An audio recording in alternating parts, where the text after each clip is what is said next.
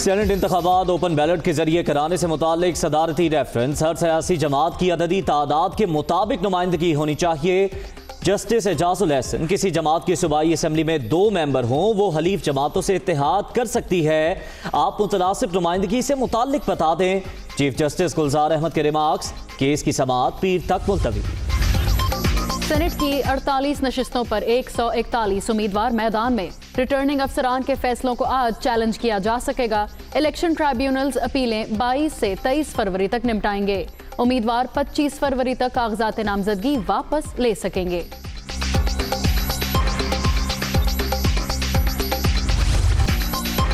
पंजाब में ज़िमनी इलेक्शन में पीटीआई और नून लीग में मुकाबला। NA 75 डस्का और PP 51 वजीराबाद में पोलिंग का अमल जारी। मोसा कोलार में खिलाड़ियों और मतवालों के पोलिंग एजेंट्स के दरमियान झगड़ा। मुस्लिम लीग नून के हामियों की गिरफ्तारी के इल्जामात।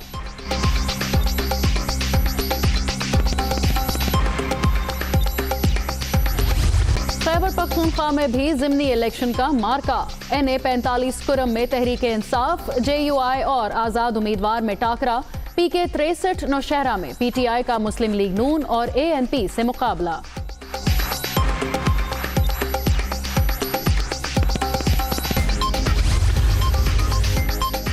चीफ इलेक्शन कमिश्नर का इंतखाबी ज़ाब्ता अखलाक की खिलाफ वर्जियों का नोटिस। सूबाई इलेक्शन कमिश्नर्स को बिला तफरीक कार्रवाई की हिदायत। आज़ादाना, मुनसिफाना और गैर जानिबदाराना इंतखाब यकीनी बनाया जाए। सिकंदर सुल्तान राठा।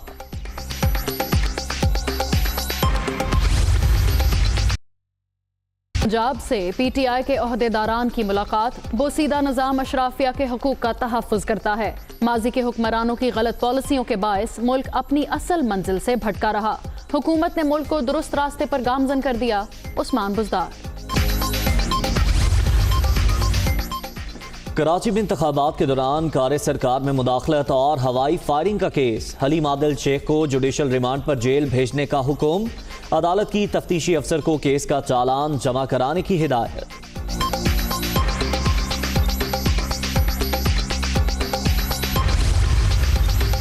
कत्ल करने की साजिश की जा रही है। पीपल्स पार्टी और मुराद अली शाह से जान का खतरा है। हलीम आदिल शेख, अपोजिशन लीडर से दहशतगर्दों जैसा सलूक किया जा रहा है। ये सांप मगरमच्छ भेजें, हम आवाज उठाते रहेंगे।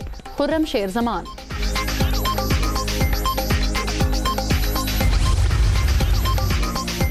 हलीम आदिल शेख की हरकतों की वजह से मलीर से PTI का सफाया हो गया। इनके मकामी अहदेदार भी इनसे इस्तीफे का मुतालबा कर रहे हैं।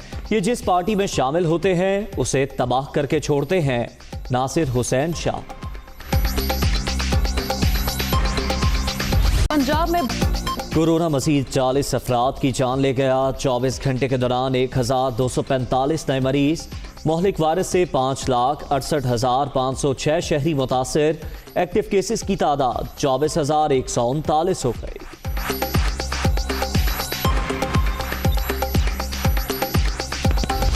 भट्टों को जिग-जैग पर मुंतकिल करने का अमल जारी। फैसलाबाद में 80% भट्टे नई टेक्नोलॉजी पर मुंतकिल। माली इमदाद और आगाही ना देने पर भट्टा मालिकान हुकूमत से नाला।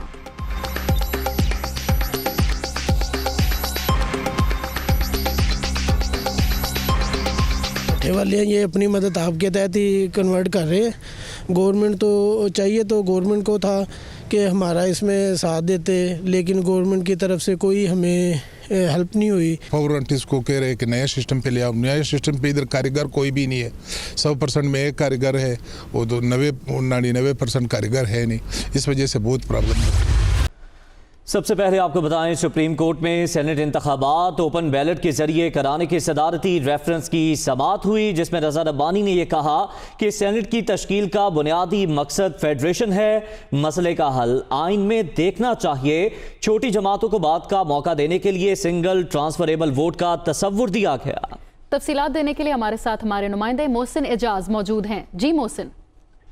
जी बिल्कुल, चीफ इलेक्शन कमिश्नर की सरबराही में 5 रुकनी लार्जर बेंच ने सदारती रेफरेंस की समाअत की है और आज की समाअत में पाकिस्तान पीपल्स पार्टी के रजा रब्बानी ने दलाइल दिए और उन्होंने अपने दलाइल में ये कहा कि मैं पाकिस्तान पीपल्स पार्टी के साथ साथ जाती हैसियत में भी पेश हो रहा हूं।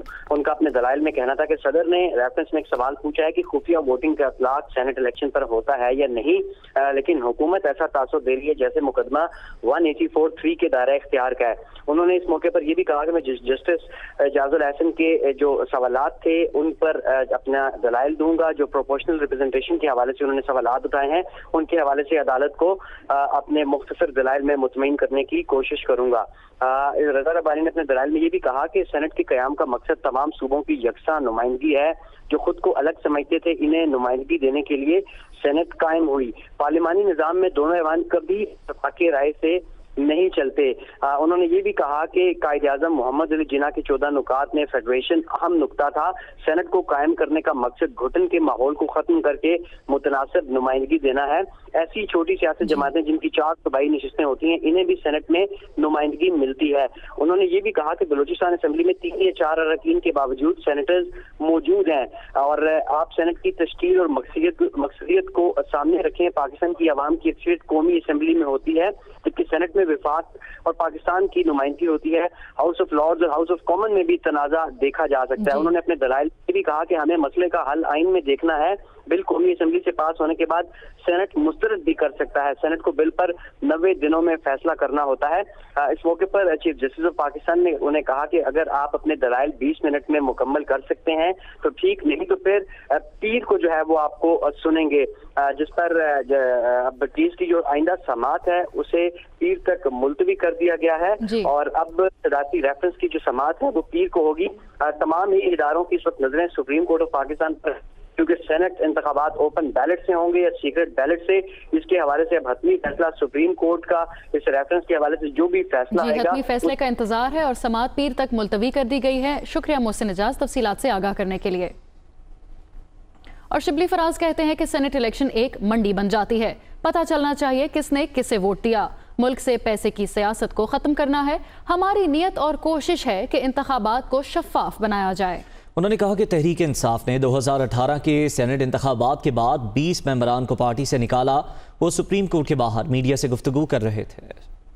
हमारे जो सेनेट इलेक्शंस हैं वो एक मंडी सी बन जाती है। जिस तरह कि हम सुन रहे हैं कि खैबर पख्तूनख्वा में, बलूचिस्तान में और जगहों पे ये सिलसिला अभी भी इस वक्त जब हम बात कर रहे हैं इस वक्त भी ये हो रहा है। हमारी पार्टी की ये ख्वाहिश है और ये डिमांड है कि इस सिस्टम में कोई फ़र्क नहीं पड़ता कि कौन किसका कैंडिडेट है, लेकिन ये ज़रूर पता चलना चाहिए कि किसने वोट दिया। सेनेट का इलेक्शन है, बजाय इसके कि वो पैसे को के इस्तेमाल की वजह से लोग इलेक्ट हों, वो लोग इलेक्ट हों जिनको के एक ग्रुप ने या पार्टी ने, किसी अलायंस ने उनको रिकमेंड किया हो। कागजात नामजदगी मुस्तरद किए जाने के खिलाफ परवेज रशीद की अपील पर एतराज़ लग गया। Lahore high court registrar office का तस्दीक शुदा दस्तावेज लगाने की हिदायत। तफसीलात जान लेंगे हमारे नुमाइंदे मोहम्मद अशफाक से। जी अशफाक। जी बिल्कुल, लाहौर हाई कोर्ट के रजिस्ट्रार ऑफिस ने मुस्लिम लीग नून के परवेज रशीद के कागजात नामजदगी मुस्तरद किए जाने के खिलाफ अपील पर एतराज़ लगा दिया है। रजिस्ट्रार ऑफिस की जानिब से ये कहा गया है कि दरख्वास्त गुजार ने तस्दीक शुदा दस्तावेजात साथ लफ्ज़ नहीं की, तो इस हवाले से ये अपील वापस कर दी गई है। अब कुछ ही देर बाद एतराज़ खत्म करके दोबारा दायर की जाएगी। परवेज रशीद की जानिब से ये नुक्ता उठाया गया था कि रिटर्निंग ऑफिसर ने गैर कानूनी तौर पर कागजात नामजदगी मुस्तरद किए और हक़ाइक़ के बरक्स फैसला सुनाया, लिहाजा अदालत इस फैसले को कलअदम करार दे। तो जैसे ही ये दरख्वास्त दोबारा दायर होगी तो उसके बाद फिर लाहौर हाई कोर्ट के जस्टिस शाहिद वहीद पीर के रोज। शुक्रिया मोहम्मद अशफाक। और आसिफ सरदारी और नवाज शरीफ में टेलीफोनिक राबता हुआ। ज़राए के मुताबिक सेनेट इंतखाबात के हवाले से अहम मुशावरत हुई। साबिक सदर ने नवाज शरीफ से यूसुफ रजा गिलानी की भरपूर हमायत मांग ली। नवाज शरीफ ने यूसुफ रजा गिलानी को जाती उम्रा बुला लिया, जहां पे मरियम नवाज से मुलाकात भी मुतवक्के है। इखलाक बाजवा से तफसीलात जान लेंगे। इखलाक, क्या बातचीत हुई? जी बिल्कुल, टेलीफोनिक राब्ते में दोनों रहनुमाओं के दरमियान सेनेट के इंतखाबात के हवाले से अहम मुशावरत की गई है। पीपल्स पार्टी राय के मुताबिक साबिक सदर ने नवाज शरीफ से यूसुफ रजा गिलानी की भरपूर हमायत मांग ली है, जिस पर मुस्लिम लीग नून के कायद नवाज शरीफ ने यूसुफ रजा गिलानी की हमायत की यकीन दहानी करा दी है।